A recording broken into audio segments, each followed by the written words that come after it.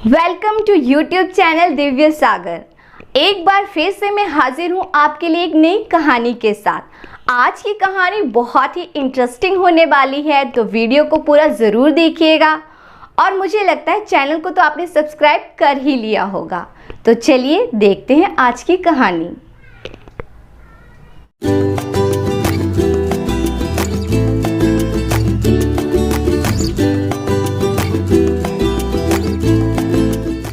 बहुत समय पहले की बात है कि एक गांव में राधा नाम की एक अधेड़ स्त्री अपने इकलौते बेटे रामू के साथ रहा करती थी। बहुत गरीब होने के कारण वे दूसरों के यहाँ बर्तन मांजकर अपना व रामू का पेट भरा करती थी। लेकिन राधा परिश्रमी होने के साथ साथ बुद्धिमान भी थी। खर्च करने के बाद वे जो कुछ बचा पाती उसे जोड़ती रहती। एक दिन जब उसने जमा किए गए पैसे गिने तो 60 रुपए हो गए थे। वह सोचने लगी कि अब रामू को कोई छोटा मोटा काम धंधा करा सकती हूँ।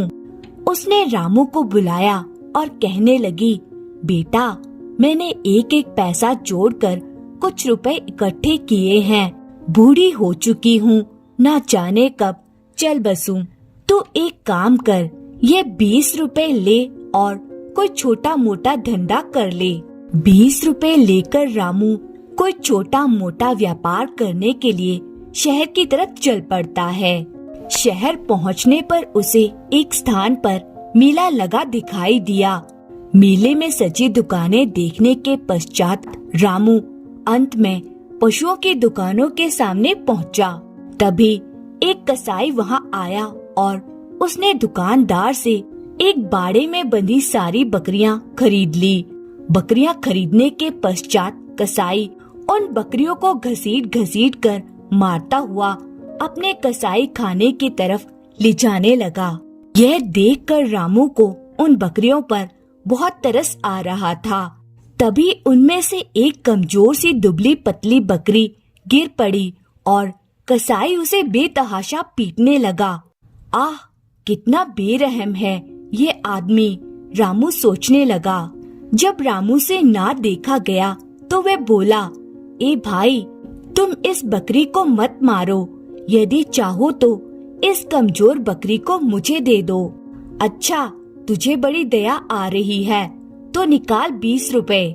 रामू बकरी खरीदने के लिए झट तैयार हो गया और उसने 20 रुपए उस कसाई को दे दिए। रामू बकरी को लेकर घर पहुंचा तो उसकी माँ कहने लगी, अरे, तू ये बीमार सी बकरी कहाँ से लाया है?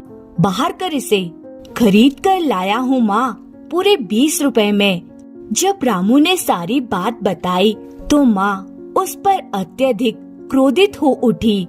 मूर्ख निकम्मे, तूने मेरी मेहनत की कमाई इस मरियल सी बकरी को खरीद कर बर्बाद कर दी। जा, दूर हो जा मेरी नजरों से। और रामू उदास होकर बाहर चला गया। रामू के दिन रात सेवा करने से वह बकरी कुछ दिनों में ही तंदुरुस्त हो गई। लेकिन राधा को वह बकरी अब भी एक आंख नहीं सुहाती थी। वह सोचने लगी, रामू को किसी धंधे में लगाने के लिए फिर कोई उपाय करना होगा। और एक दिन राधा ने फिर रामू को 20 रुपए देते हुए कहा, अब की बार सोच समझ कर ही कोई वस्तु खरीदना। यदि इस बार तूने कोई बेकार की वस्तु खरीदी तो मुझसे बुरा कोई न होगा। बहुत अच्छा माँ, मैं ध्यान रखूंगा। रामू 20 रुपए लेकर घर से चल पड़ा और चलते चलते एक नदी के किनारे आ पहुँचा कि तभी उसे किसी मछुआरे के रोने की आवाज सुनाई दी। रामू मछुआरे के पास जाकर उसके रोने का कारण पूछने लगा तो मछुआरा बोला, क्या बताऊं भाई, आज मुझे राजा को मछली पकड़ने का कर देना है, जबकि पास में ना तो एक दमड़ी है और ना घर में ही खाने के लिए अन्न का एक दाना है। और आज पूरे दिन में सिर्फ यही एक छोटी सी मछली हाथ लगी है। अब तुम ही बताओ, इस एक मछली से क्या करूं? इसे राजा को दूं या इससे अपने परिवार का पेट भरूं। अगर कर नहीं देता तो राजा मुझे फांसी पर लटकवा देगा या कौड़ों से पिटवाएगा।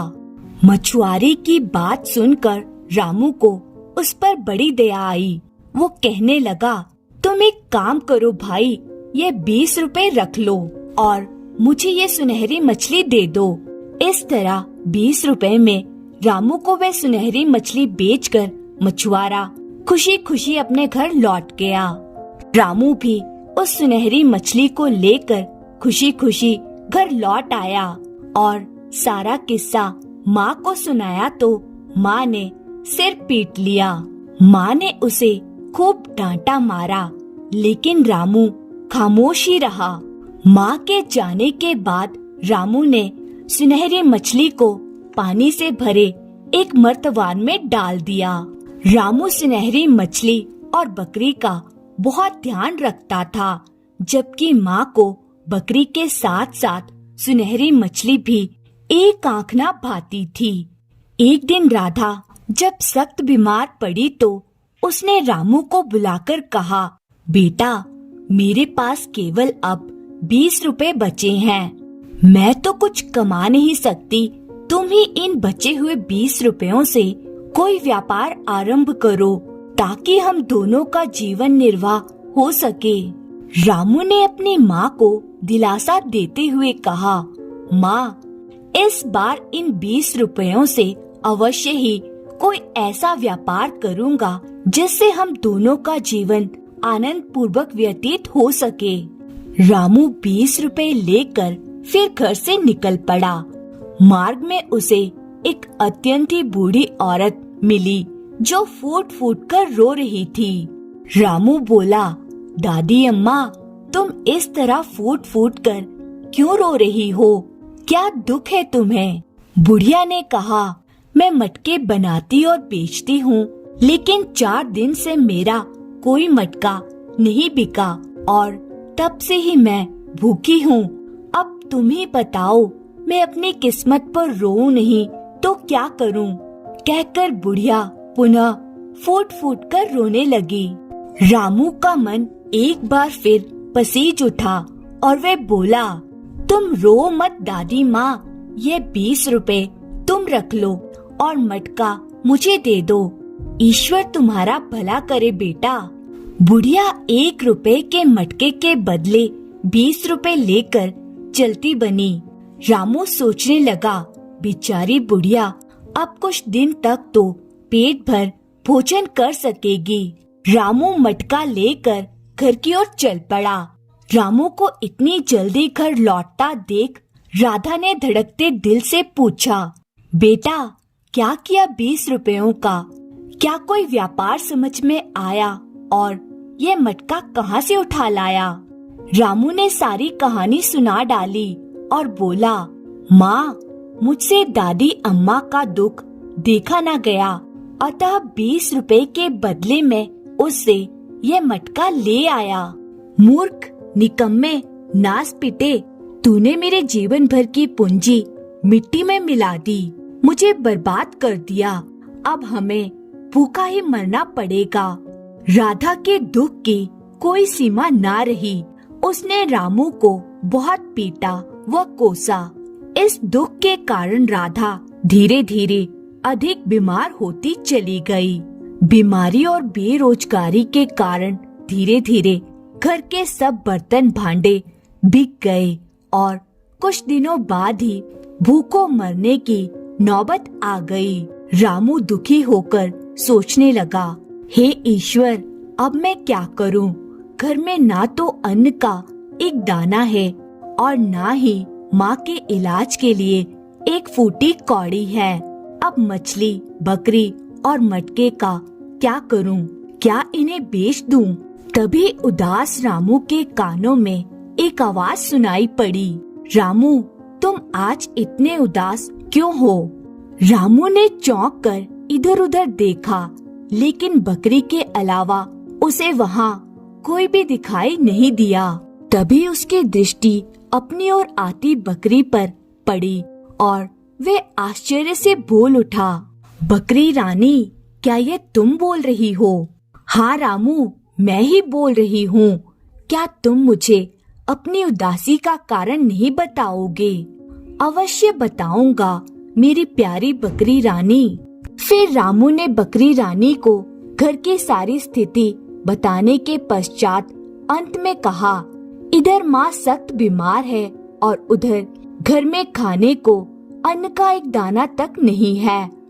अब तुम ही बताओ, मैं उदास ना हूँ तो क्या करूँ? बकरी बोली, रामू एक काम करो, मुझे कहीं से भी लाकर सेर भर दूध पिलाओ, फिर मेरा दूध निकालो और उसे रात भर अंधकार में रखो, बाकी मैं सुबह बताऊंगी। अच्छा मेरी प्यारी बकरी रानी, मैं ऐसा ही करता हूँ। किसी पास पड़ोस से उधार लेकर रामू ने सेर भर दूध खरीदा और सारा का सारा बकरी के सामने रख दिया। बकरी ने सारा दूध पी लिया।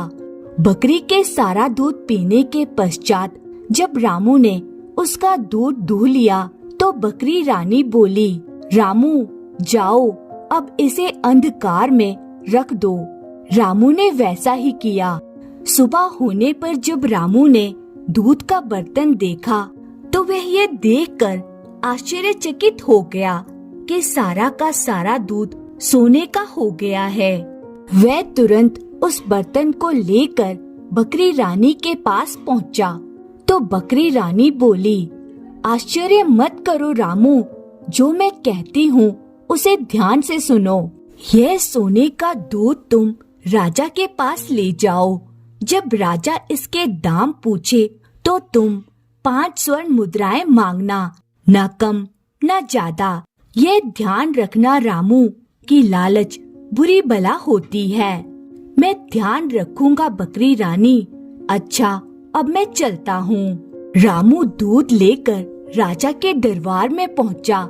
राजा और दरबारियों को सोने का दूध देखकर बहुत आश्चर्य हुआ। फिर राजा ने प्रसन्न होकर कहा, हम प्रसन्न हुए बालक, इस दूध की तुम हमसे क्या कीमत चाहते हो? रामू ने बकरी रानी के कहे अनुसार ही कहा, महाराज इसकी कीमत केवल 5 स्वर्ण मुद्राएं हैं। क्या केवल 5 स्वर्ण मुद्राएं? लेकिन दूध की जांच पड़ताल करने के पश्चात जब राजा और समस्त दरबारियों को विश्वास हो गया कि दूध वास्तव में सोने का है, तो महाराज कहने लगे, मंत्री जी इसको 5 नहीं बल्कि 10 स्वर्ण मुद्राएं राजकोष से दे दी जाएं। जो आज्ञा महाराज। यह सुनकर रामू कहने लगा, महाराज मैं ये दूध केवल 5 स्वर्ण मुद्राओं में ही बेचूंगा, अन्यथा नहीं। मंत्री जी इसे 5 स्वर्ण मुद्राएं ही दे दी जाए। जो आज्ञा महाराज। मुद्राएं लेकर रामू खुशी खुशी घर लौटा और कहने लगा, यह देखो मेरी प्यारी माँ, सोने की 5 मुद्राएं। अब हमें कभी कोई कष्ट नहीं उठाना पड़ेगा। अरे 5 सोने की मुद्राएं कहाँ से लाया रे तू? कहीं चोरी तो नहीं की तूने? सच बता। माँ ये मुझे राजा ने दी हैं। फिर रामू ने सारी बात अपनी माँ को बता दी। रामू की बात सुनकर उसकी माँ बहुत प्रसन्न हुई और कुछ ही दिनों में वह बिल्कुल स्वस्थ हो गई। फिर रामू के घर में कोई कमी नहीं रही। बकरी रानी को रामू रोज दूध पिलाता और उसका दूध निकालता और जब दूध सोने का बन जाता तो उसे राजा को देकर मंत्री से 5 स्वर्ण मुद्राएं प्राप्त कर लेता। धीरे धीरे रामू उस गांव का सबसे धनी व्यक्ति बन गया। रामू के हृदय में दयालुता तथा नेकी अब भी थी। वे अपने द्वार पर आने वाले दीन दुखियों को कभी निराश नहीं लौटाता था। एक दिन रामू अपने आलीशान घर में बैठा भोजन कर रहा था कि उसके कानों में एक महीन सी आवाज पड़ी, रामू रामू रामू, अरे कौन पुकार रहा है मुझे? रामू ने इधर उधर देखा परंतु उसे कोई दिखाई नहीं दिया। सहसा उसकी दृष्टि एक तरफ पड़े सुनहरी मछली वाले मर्तबान की ओर उठी। रामू, यह मैं तुम्हारी मछली रानी बोल रही हूँ। रामू तुरंत उठकर मछली रानी के पास पहुँच गया और कहने लगा, कहो मछली रानी, तुम क्या कहना चाहती हो? तुम्हें बोलता देखकर मुझे बड़ा आश्चर्य हो रहा है। मछली कहने लगी, रामू, तुम एक नेक और दयालु इंसान हो। क्या मेरी एक बात मानोगे? मुझे अपने माता पिता से बिछड़े काफी समय हो गया है। वे मेरे लिए दुखी हो रहे होंगे। यदि तुम मुझे वापस नदी में छोड़ आओ तो मैं वायदा करती हूँ कि बुरा वक्त पड़ने पर मैं तुम्हारी मदद करूँगी। रामू स्वभाव से ही दयालु था। वे तुरंत मछली रानी को लेकर नदी की ओर चल पड़ा। नदी किनारे पहुंचकर उसने मछली रानी को पानी में छोड़ दिया। तब मछली रानी बोली, धन्यवाद रामू, जब कभी तुम्हें मेरी सहायता की आवश्यकता पड़े तो 3 बार मछली रानी कहकर पुकारना। तुम जहाँ भी होगे मैं आ जाऊंगी। बहुत अच्छा मछली रानी, कहकर रामू वहाँ से चल पड़ा। इधर रामू की बढ़ती लोकप्रियता, नेकी और अमीरी के चर्चों से राज्य के अन्य धनी लोगों में ईर्ष्या होने लगी थी। एक व्यक्ति कहने लगा, सुनो भाई, यदि रामू का यश इसी तरह फैलता रहा और उसका धन बढ़ता रहा तो हम सब एक दिन तबाह और बर्बाद हो जाएंगे और वे महाराज की आंखों का तारा बन जाएगा। दूसरा व्यक्ति कहने लगा, लेकिन हम कर भी क्या सकते हैं? वही व्यक्ति फिर से बोला, यदि किसी तरह राजा को उसके विरुद्ध भड़काया जाए तो हमारे मार्ग का यह कांटा आसानी से साफ हो सकता है। यदि हम किसी तरह राजा के विशेष दरबारियों को अपनी ओर मिला लें तो यह काम आसान हो सकता है। वहाँ मौजूद अन्य व्यक्तियों को भी उस व्यक्ति की तरकीब बहुत अच्छी लगी और वो उसका साथ निभाने के लिए तैयार हो गए। तो फिर चलो इसी समय चलकर कुछ दरबारियों से मिलते हैं। अपनी योजना अनुसार वे राजा के कुछ विशेष दरबारियों से मिले और उन्हें ढेर सारा धन उपहार में देने के बाद कहने लगे, रामू महाराज को धोखा दे रहा है श्रीमान। जरूर उसके साथ कोई चमत्कार लगा है। आप लोग महाराज को सावधान कीजिए। सभी दरबारी मिले उपहार के वशीभूत हो उनके भड़कावे में आ गए। यदि ऐसी बात है तो आप लोग निश्चिंत रहें। हम आज ही महाराज को सारी स्थिति से अवगत करवाएंगे। हाँ, महाराज को जरूर मालूम होना चाहिए कि आखिर वे सोने का दूध रोज कहाँ से लाता है। और उन दरबारियों ने महाराज के कान भरने शुरू किए। महाराज, यदि रामू इसी तरह रोज सोने का दूध आपको बेचकर 5 स्वर्ण मुद्राएं लेता रहा तो एक दिन राजकोष खाली हो जाएगा और दूध का क्या भरोसा, क्या पता वो एक दिन सोने के दूध की बजाय साधारण दूध रह जाए और इस तरह बिना धन के सारा राज कार्य ठप हो जाएगा। महाराज, उचित यही होगा कि उस लड़के से मालूम किया जाए कि वह सोने का दूध कहाँ से लाता है। यदि उस दूध के आने का स्रोत हमें मालूम हो गया तो फिर आपको धन व्यर्थ करने की भी आवश्यकता नहीं होगी। और राजा उनके भड़कावे में आकर कहने लगा, आप लोग ठीक ही कहते हैं, मैं अभी उसे बुलावा भेजता हूँ। सोने का दूध वह कहाँ से लाता है यह मेरे लिए जानना अब जरूरी हो गया है। राजा ने तुरंत सेनापति को बुलाकर आदेश दिया, सेनापति जाओ, तुरंत रामू और उसकी माँ को पकड़कर हमारे सामने पेश करो।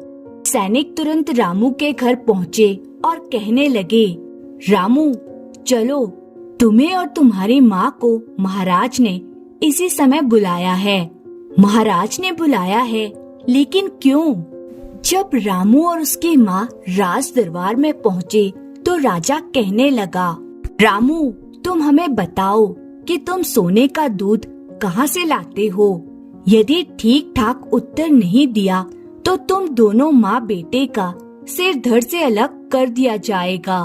कोई चारा ना देख रामू ने राजा को सब कुछ सच सच बता दिया और कहने लगा, महाराज, हमें कुछ नहीं चाहिए, आप उस बकरी को ले लीजिए और मुझे और मेरी माँ को छोड़ दीजिए। महाराज बोले, सैनिकों, जाओ वे बकरी ले आओ और इन्हें ये राज हमसे छुपाने के जुर्म में कारागार में डाल दिया जाए। रामू की माँ गिड़गिड़ाते हुए कहने लगी, दया करें महाराज। रामू भी बोला, महाराज, यह तो हमारे साथ अन्याय है। परंतु राजा ने उनकी एक न सुनी और उन्हें कारागार में डाल दिया गया। इधर अपनी योजना को सफल होते देख दरबारियों और सेठों ने खूब जश्न मनाया। धीरे धीरे समय गुजरता गया। अचानक पूरे राज्य में भीषण अकाल पड़ा। नदी, नाले, तालाब सब सूख गए। लोगों में त्राही त्राही मच गई। पानी की एक एक बूंद के लिए लोग तरसने लगे। लोगों ने महाराज से गुहार की, महाराज, कोई उपाय करें, वरना इस सूखे के कारण हम सब काल के ग्रास बन जाएंगे। लेकिन राजा के पास इस सूखे से निपटने का कोई उपाय नहीं था। राजा द्वारा अकाल का कोई उपाय ना होता देख प्रजा में धीरे धीरे आक्रोश फैलने लगा। राज्य के लोग आपस में कहने लगे, कहीं ऐसा रामू के साथ अन्याय करने के कारण तो नहीं हुआ है। और जल्दी ही प्रजा बगावत पर उतर आई। उन्होंने अकाल का कारण रामू के साथ राजा द्वारा अन्याय किया जाना ही समझा। सभी लोग राजा के पास पहुँचे और कहने लगे, महाराज, रामू को रिहा कर दिया जाए। रामू के कारण ही वरुण देवता रुष्ट हुए हैं। राजा ने आपातकालीन दरबार बुलाया और कहने लगा, प्रजा रामू के कारण ही हमसे बगावत पर उतर आई है। अब आप लोग ही कोई उपाय बताएं, वरना प्रजा का विश्वास हम पर से उठ जाएगा। एक दरबारी बोला, मेरे दिमाग में एक उपाय आया है महाराज, तो जल्दी बताओ। आप रामू को रिहा कर दीजिए, लेकिन साथ ही ये घोषणा भी करवा दीजिए कि यदि रामू वर्षा ना करवा पाया तो उसे मौत के घाट उतार दिया जाएगा। यह तुम क्या कह रहे हो? ठीक ही कह रहा हूँ महाराज। रामू कोई देवता तो है नहीं जिसके कहने पर वर्षा हो जाएगी। इस तरह से प्रजा का भ्रम भी मिट जाएगा और रामू की मौत के साथ आपके मार्ग का कांटा भी साफ हो जाएगा। शाबाश, तुम्हारी योजना हमें पसंद आई है। राजा ने तुरंत प्रजा में वही घोषणा करवा दी और रामू को अपनी शर्त से अवगत कराकर उसके साथ उसकी माँ को भी रिहा कर दिया गया। रामू अपनी माँ के साथ अपने घर लौटा। उसकी माँ कहने लगी, अब क्या होगा बेटा? धीरज रखो माँ, यदि हम सच्चे हैं तो ईश्वर हमारी मदद अवश्य करेगा। तभी उसे एक आवाज सुनाई दी, ए नेक और दयालु रामू, सुनो। अरे ये आवाज कैसी? पता नहीं, अब तो यहाँ बकरी और मछली रानी भी नहीं है। आवाज पुनः आई, मैं मटका राजा बोल रहा हूँ रामू, जिसे तुमने दादी अम्मा से खरीदा था। अगले ही पल एक तरफ रखा मटका लुढ़कता हुआ उनके पास आ गया। रामू, क्या तुम मुझे अपनी उदासी का कारण बताओगे? तब आश्चर्य में डूबे रामू ने सारी कहानी मटके को सुना दी। सुनकर मटका बोल उठा, तुम परेशान ना हो रामू, कहीं से एक बूंद पानी लाकर मेरे भीतर डाल दो, फिर देखो मेरा कमाल। एक बूंद पानी लेकिन कहाँ से लाऊं? तभी रामू को मछली रानी का ध्यान आया। हो सकता है मछली रानी इस संबंध में कोई सहायता कर सके।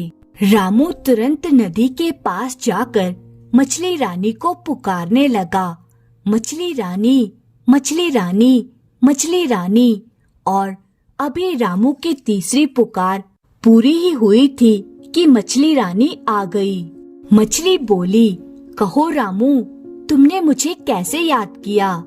मछली रानी, क्या तुम मुझे पानी की एक बूंद दे सकती हो? हाँ हाँ, क्यों नहीं रामू, मुझे उस मटके के पास ले चलो। रामू मछली को लेकर घर पहुंचा और मटके को उठाकर मछली रानी के सामने रख दिया। मछली रानी ने अपना मुंह खोला और उसके मुंह से पानी की बूंदें निकलकर मटके के भीतर गिरने लगीं। पानी की उन बूंदों के मटके में गिरते ही मटका पानी से पूरी तरह भर गया। फिर पलक झपकने के साथ ही उससे झरझर पानी बह निकला। फिर रामू मछली को वापस नदी में छोड़ आया। अब रामू अपने घर पहुंचा तो मटका कहने लगा, रामू, अब तो मुझे उठाकर बाहर बरामदे में तिरछा करके रख दो। और रामू ने मटके राजा को तिरछा करके बरामदे में रख दिया। अगले ही पल मटके से पानी किसी तेज धारा वाली नदी के समान निकलने लगा। जब राह चलते लोगों ने तेजी से बहते पानी को देखा तो खुशी से झूम उठे। अरे, यह पानी तो रामू के घर से आ रहा है। चलो चलकर रामू से ही यह रहस्य मालूम करते हैं। हाँ चलो। और जब लोगों को सारी बात पता चली तो वे रामू की जय जयकार कर उठे। फिर शीघ्र ही तेज गति से चारों ओर बहता पानी भाप बनकर आकाश में उड़ा और बादल बनकर बरसने लगा। जब राजा को सारी खबर मिली और उन्होंने स्वयं भी वर्षा होती देखी तो उन्हें अपने किए पर बड़ा पश्चाताप हुआ। उन्होंने तुरंत उन सभी सेठों और दरबारियों को कारागार में बंद करवा दिया जिन्होंने रामू के विरुद्ध षड्यंत्र रचा था और उन्हें भड़काया था। उसके पश्चात राजा रामू की बकरी को लेकर स्वयं रामू के घर पहुंचा और कहने लगा, हमें क्षमा कर दो बेटे, हम अपने किए पर लज्जित हैं। ऐसा ना कहे महाराज, इसमें आपका कोई दोष नहीं था। आइए, पधारिए और हमें सेवा करने का एक मौका दीजिए। इसके बाद फिर कभी रामू के राज्य में अकाल नहीं पड़ा और रामू अपनी माँ के साथ आनंद पूर्वक रहने लगा।